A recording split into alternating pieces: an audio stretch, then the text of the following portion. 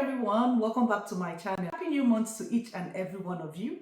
I hope this new month bring all the good tidings to you and your family. Without wasting much of your time, today I'm going to be talking about hairdressers and how they can move to Australia. So if you're a hairdresser or you know anyone that is a hairdresser living in Australia or outside Australia and they want to migrate, or should I call it Jackpa, to Australia, share this video with them or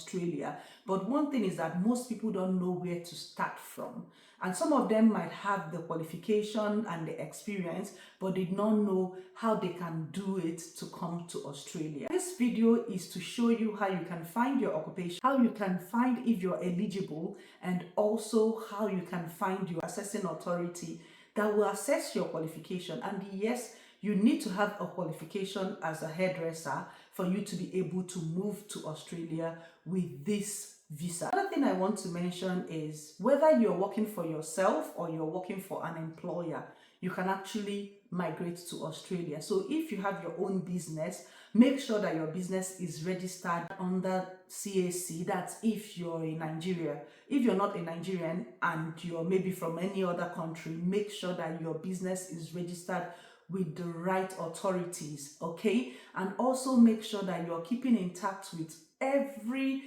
job you've done for someone, for your customers, through your statement of account. Make sure that you pay your tax. If your tax is not up to date, you need to make sure that your tax is up to date. And also make sure that you have a social media where you can showcase your job, because your assessing authority will not come to you to be asking you, okay, show us what you have done. Your social media handle as a business owner would help you to answer those questions. And of course, you also have some other official documents that you can back you owning a business. So for people that are working for someone, make sure you have an offer letter from your employer, you have your pay slip, you have your tax, and of course you can also use your employer's website to showcase your job as well. There's more than one visa open for hairdressers depending on which one that you want to go for. Final one I also want to mention is you need to meet the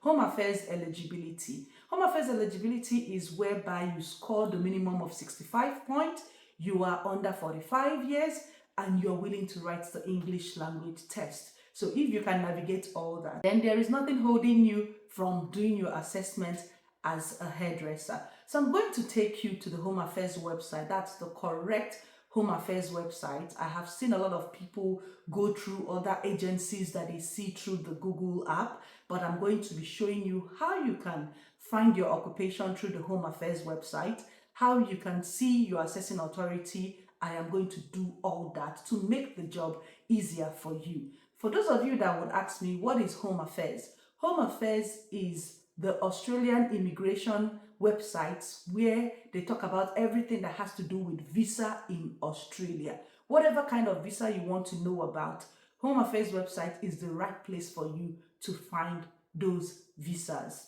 Use your Google to type in skilled occupation list Australia, and this is the correct page. That's the Home Affairs website.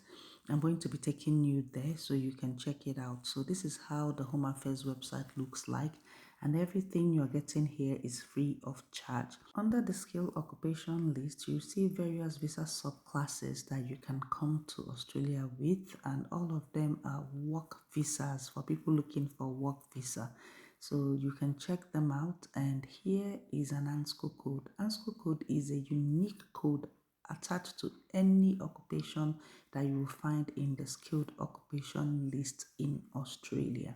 So you need to check that ANSCO code out because you use it to know your job function and which qualification you also need. So here is removed occupation. So every financial year, Australian government would remove some occupations that are no longer in demand.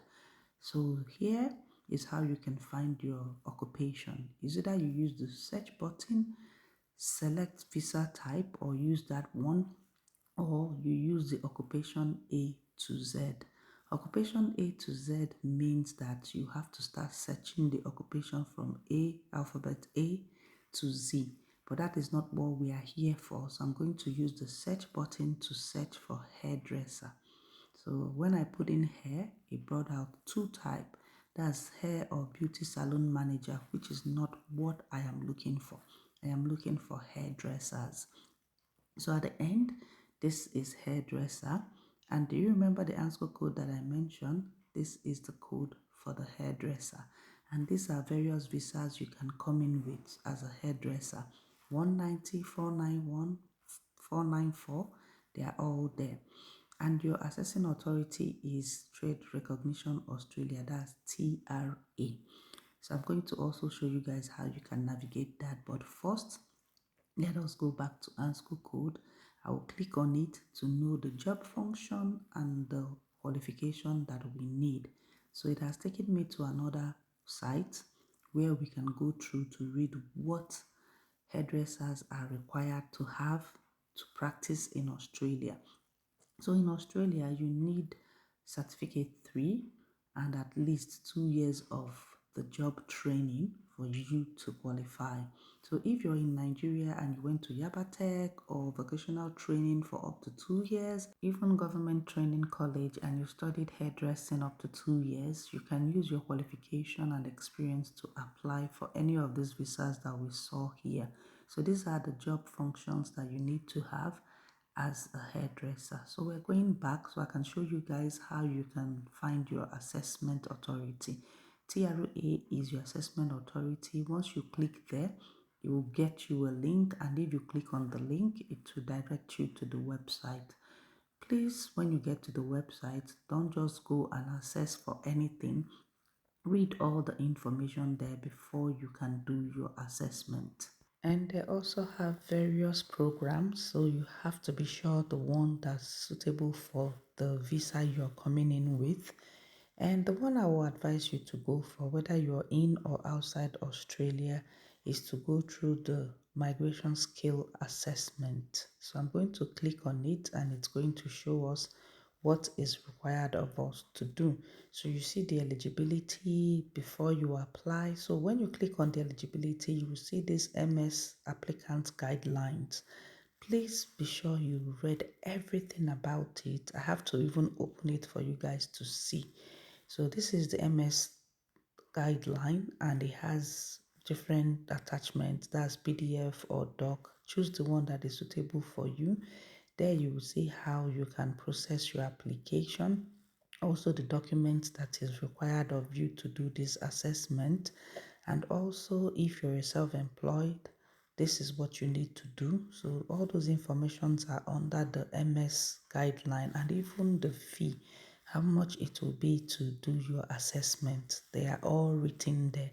So please go and check it out. It will really help you than just going to pay for assessment without having any knowledge of what is required of you to get a positive assessment. Because without positive assessment, you won't be able to go through the next stage. So check the MS guideline. It will help you with your assessment with TRA. So let us go back to check other things.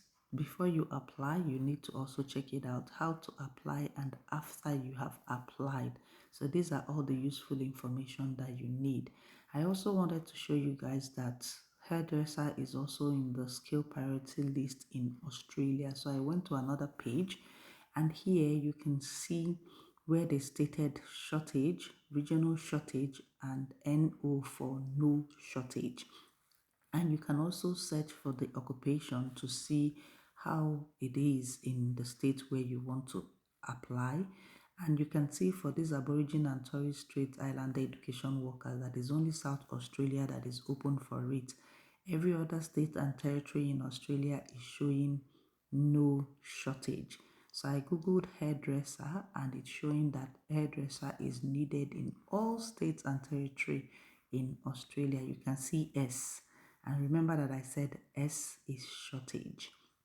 So use this opportunity to start gathering your document for assessment. Whether you're coming for visa 482, 190, 491, you need assessment, you need English test, And do share this video out to any hairdresser that you know that has a qualification and willing to write English to start their immigration journey today. Thank you for watching, and I will see you guys in my next video.